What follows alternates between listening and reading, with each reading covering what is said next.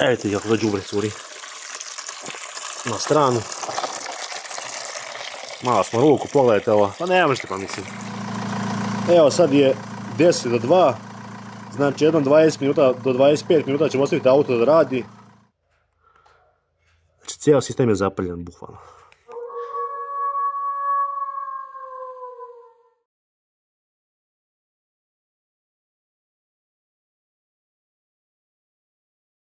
Evo lepog dana još jednog. Znate kako kaže naš narod, obećanje ludom radovanje. Zašto to? Danas ću vam pokazati jednu stvar koju dugo već čekam da radim. Dogovorio sam s jednim mojim poznanikom, da kažemo tako, koji ima autoservis, da odemo kod njega, da skinemo posudu, jer je posuda, ja sam nju pravo već, znate, gledajte nekim klipovima da je ona oprana kao, ali se ponovo zaprljala, jer problem je u samom antifrizu, znači antifriz je prljav, odnosno zapaljen je cijel sistem na autu. Iz kog razloga? Pa iz prostog razloga jer vjerovatno nikad nije mijenjan i antifriz vremenom oksidira. Tako da nije problem da je neko sipao običnu vodu, niko nije lud da sipa običnu vodu u rashlade sistema automobila, nego jednostavno antifriz je ostario jako puno i nikad nije zamenjen i antifriz oksidira. Danas ću vam pokazati, znači, vidite vi kako oprlja, pogledajte. Znači, cijel sistem je zapaljen bukvalno. Danas ćemo da ispuštamo antifriz kompletno iz motora, čistit ćemo cijel sistem, znači od bloka motora preko hladnjaka, poslije ćemo naravno skidamo da peremo.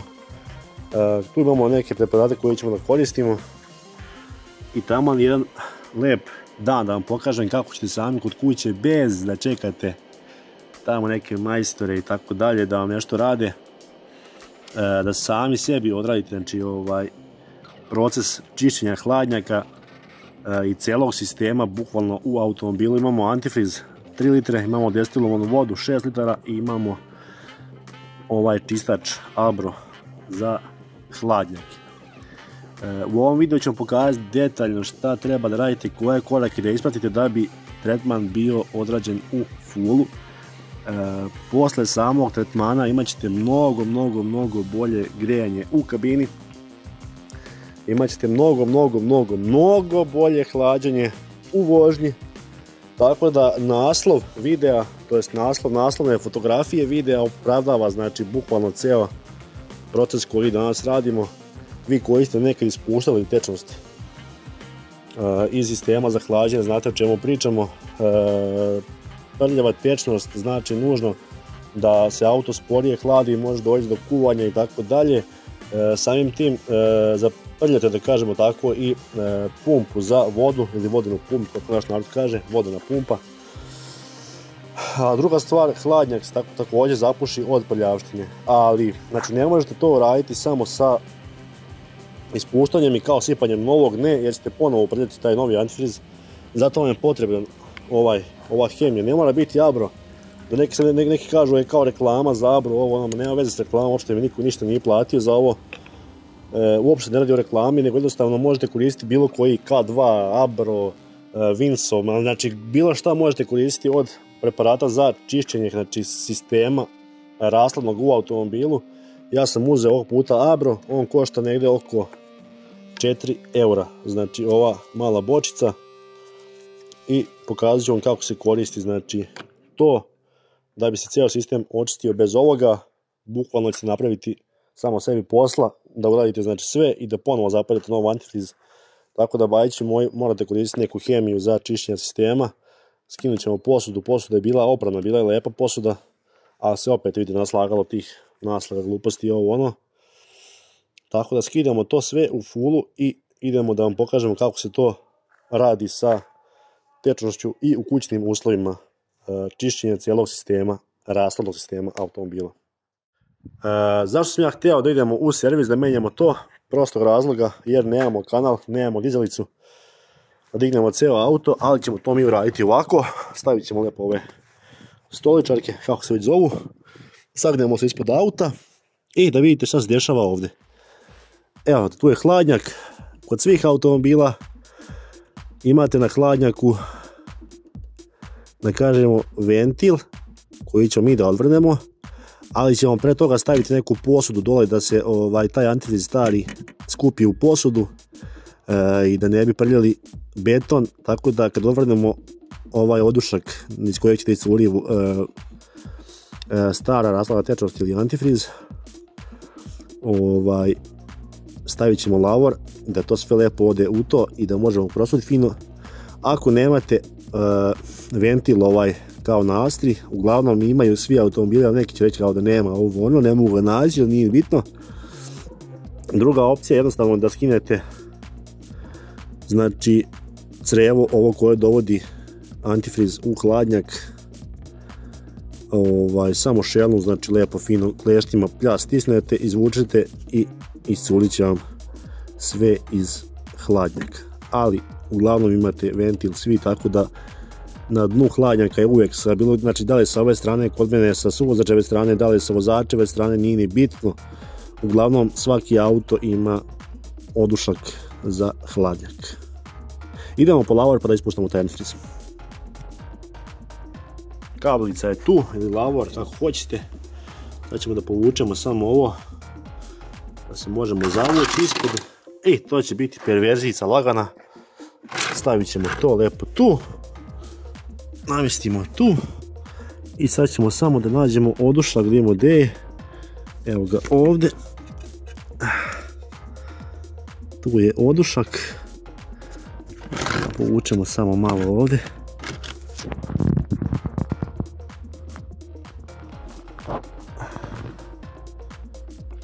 Kad smo pronašli odušak, sad ćemo da pustimo antifriz da iscuri. Evo dok se ispušta antifriz da vam pokažem kako prolaze ljudi koji ne koriste Car Vertical kad kupuju polovne automobile. Ovaj Golf je bio nov na oglasima, ali vidite da ima oštećenja, da je imao spuštenu kilometražu. Sve lepo dokumentovano, znači kilometraža je spuštena bezobrazno, tako da bajići moje obavezno, ako kupujete polovne automobile nemojte oklevati, koristite Car Vertical. Car Vertical vam može spasiti glavu od ovakvih automobila, od ovakvih prevara. Uz pomoć Car Verticala i koda ROG imate dodatni 30% popusta na kompletan izveštaj. Bukvalno neograničeno puta možete da koristite kod ROG za bilo koji Car Vertical izveštaj, tako da bajići moji kad kupujete polovan automobil obavezno koristite Car Vertical. Evo, to je to, bukvalno. Sve ostalo je nebitno, više curi još nešto sitno. Kao što vidite, ovo je katastrofa, ali bukvalno katastrofa. Znači ovo je, evo vidite šta je ovo, fuj.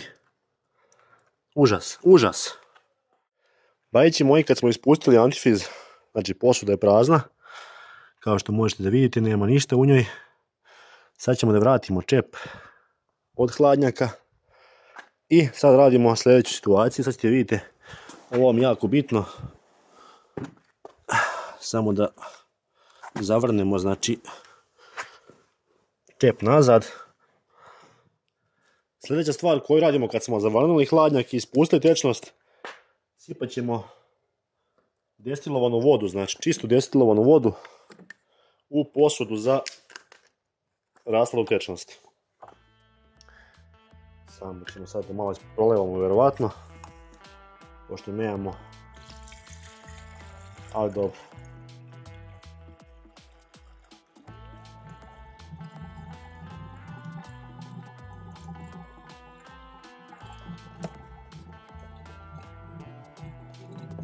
Guta znači kao lud.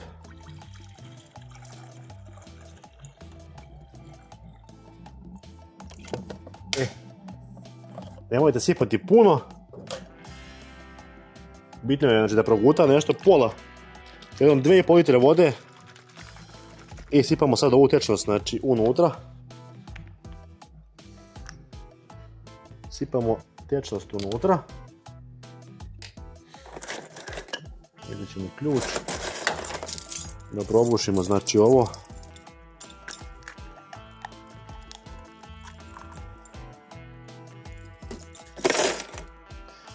Evo ga, to je to.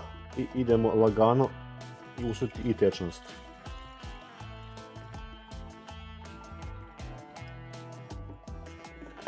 Tako. Cijela bočica tečnosti i sipat ćemo još vode onda da napunimo sistem.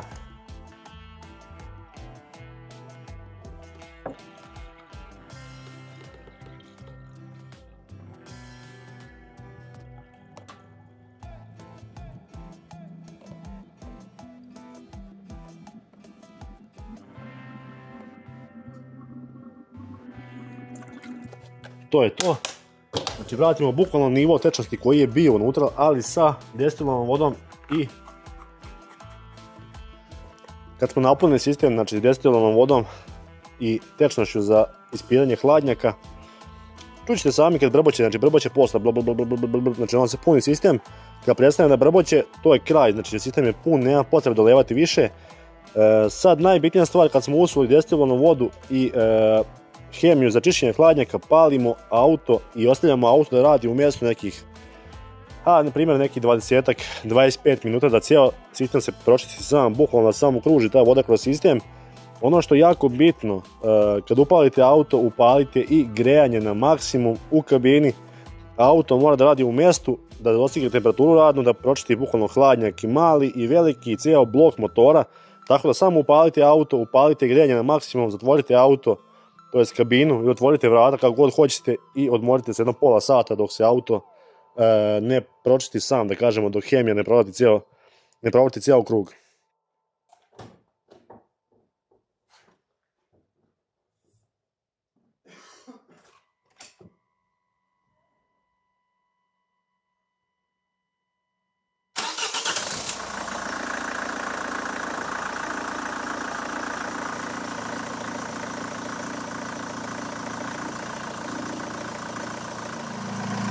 Evo 10 do 2 je, sad smo upalili auto, znači jedno 20 minuta ćemo ostaviti auto da radi, lepo da se pročisti i onda idemo na sljedeći korak koji je isto mnogo bitan poslije ovog koraka, tako da ostanite do kraja videa i pogledajte o čemu se radi.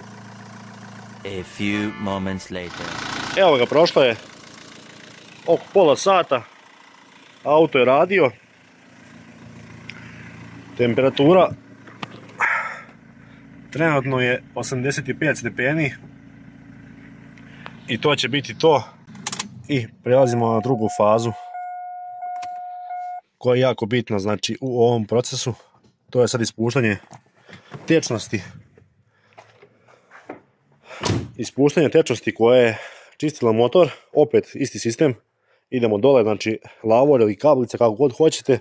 Ispuštamo tečnost i onda skidamo posudu i onda ste vidjeti šta treba da radite. Poslije auto se mora ohladiti da bi prešli na sljedeći korak koji je mnogo bitan pre samog sipanja novog antifriza, tako da obavezno ostanite do kraja videa i pogledajte cijel proces kako se čisti veliki hladnjak, mali hladnjak, blok motora i naravno sama posuda za antifriz.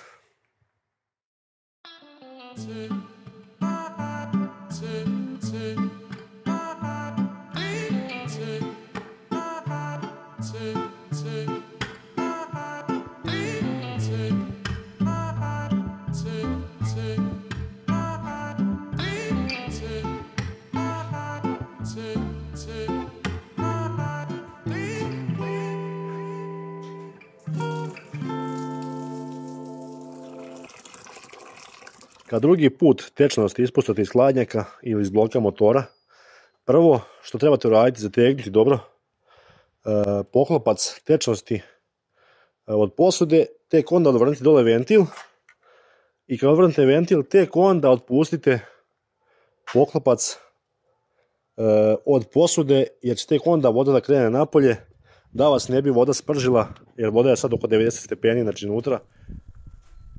Evo kad smo tečnost ispustili iz hladnjaka, sad je prazan sistem kompletno, otvorit ćemo znači kompletno posudu ovu. Mogu vam reći da se posuda ok i pročistila, morat ćemo da skinemo posle da još lepo saperemo. Imamo jedno sredstvo koje smo kupili također za pranje hladnjaka, ali za posude se pokazalo ekstra. To je Valvoline, to je isto čistač bukvalno za hladnjake kao onaj Abro, samo je malo koncentrisaniji, da kažemo, u valvolineu, tako da ništa znatno skuplje nekih 50 centi. Znači ništa specijalno, da kažete nešto kvalitetniji, nije. Malo je samo veći koncentrat hemije i to je to. To će nam trebati za posudu, pošto je baš dobro zaprljena. Ono što radimo pre vađenja posude, čekamo da se motor ohladi potpuno. Znači da se motor potpuno ohladi, ostavite haubu otvorenu, odušak dole otvoren. I onda vam pokazujem sljedeću stvar koju ćemo da koristimo pri ispiranju hladnjaka. Da vidite kako se to ispira i kako se to radi profi. Evo kad se motor ohladio, sljedeća stvar koju radimo, znači motor se mora dobro ohladiti, pazite, dobro ohladiti. Treba vam crevo sa običnom vodom. Sad ćemo gurnuti crevo, znači, u posudu ovdje i pustit ćemo vodu da nalevamo, znači, u sistem da sve lepo se čisti, lepo izlazi napolje prljavština dok god ne bude voda bila čista.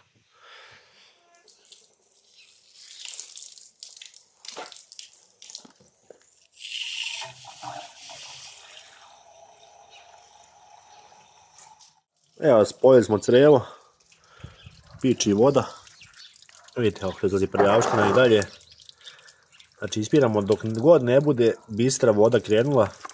Ako uradite tretman, znači čišćenja, ovo što smo radili sa hemijom, a ne uradite čišćenje vodom, kao da ništa niste ni radili.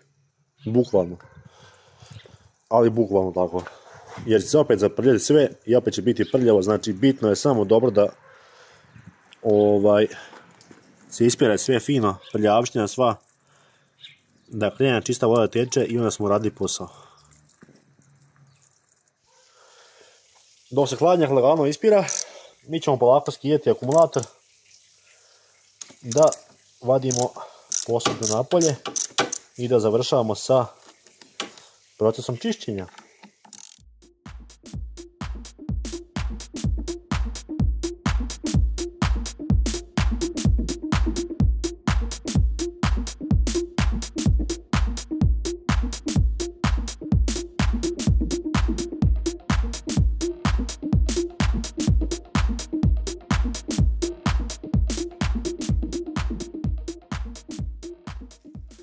Evo kad smo zaštitili sve ovo da nam voda ne ide napolje, vidite ovdje stretch folijom tu i tu, lijepo obmotamo stretch folijom. Stavljamo sad limunsku kiselinu i stavit ćemo valvoline za čišćenje hladnjaka zajedno u ovu posudu. Da bude baš onako fina reakcija, zatvaramo i mućkamo. To je to, 2 limunske kiseline. Otvaramo ovaj valvoline. Znači ceo unutra. Nema šta da se tu štedi. Treba nam čep od posude da je zatvorimo. I da se to malo lepo fino uzmućka. Evo tako.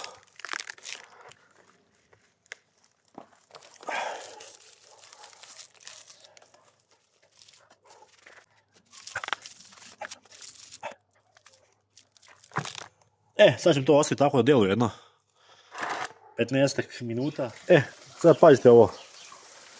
Sad radimo direktno ispiranje bez posude, znači. Crevo, direktno u crevo. I ovdje se, znači, odušak koji je povrat, obavezno stavite neki balon da ne curi po motoru. Dole je potop. Mnogo jači pritisak je ovako nego kroz posudu da stavimo od insta. Vidite koliko to je dalje prljavo. Prljava su creva.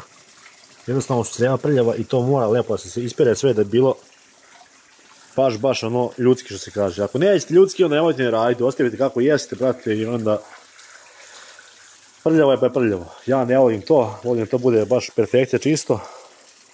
Malo smo zasrali motor, ovo točno sve lepo sredimo, posle da peremo. I da to bude, što kaže, ono, ljudski profi. Eto. this. If you wanna play tough and wanna hate this, I'll always show up.